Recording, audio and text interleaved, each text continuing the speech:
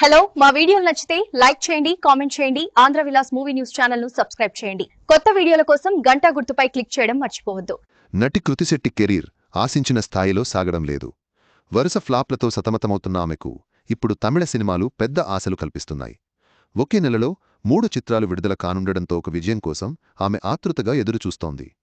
కొందరి హీరోయిన్లకు అందం అభినయం ఉన్నా సరే ఒక్కోసారి విజయాలు అందని ద్రాక్షే అవుతుంది.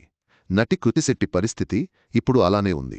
ఉప్పెన చిత్రంతో తెలుగులోకి ఎంట్రీ ఇచ్చిన ఈ కన్నడ బ్యూటీ తొలి సినిమా తరువాత వరుసగా విజయాలు దక్కాయి. దీంతో టాలీవుడ్లో దూసుకుపోతారనే ప్రచారం జరిగింది. అంతే, ఆ తరువాత కృతిశెట్టి నటించిన చిత్రాలు పరాజయం పాలవడం మొదలెట్టాయి. అయితే ఆ తరువాత కోలీవుడ్పై దృష్టి సారించారు. అంతకుముందే తెలుగు తమిళం భాషల్లో నటించిన ద్విభాషా చిత్రాలు, ది వారియర్ కస్టడీ చిత్రాలు పూర్తిగా నిరాశపరిచాయి. అయినప్పటికీ అమ్మడికి తమిళంలో అవకాశాలు వరించాయి. అయితే అక్కడ ఈ బ్యూటీ నటించిన చిత్రాలు ఏళ్ల తరబడి నిర్మాణంలో ఉండడం గమనార్హం. తమిళంలో కృతిశెట్టి నటించిన 3 చిత్రాలు ఇప్పుడు ఒకే నెలలో తెరపైకి రావడానికి సిద్ధమవుతుండడం విశేషం. వీటిలో ఏ ఒక్కటి విజయం సాధించినా కృతిశెట్టి కెరీర్కు హెల్ప్ అవుతుంది. దీంతో అలాంటి విజయం కోసం ఈ అమ్మడు ఎంతో ఆశగా ఎదురుచూస్తున్నారనే చెప్పాలి. కార్తీకి జంటగా నటిస్తున్న వాద్యార్ చిత్రం డిసెంబర్ 5న తెరపైకి రానుంది.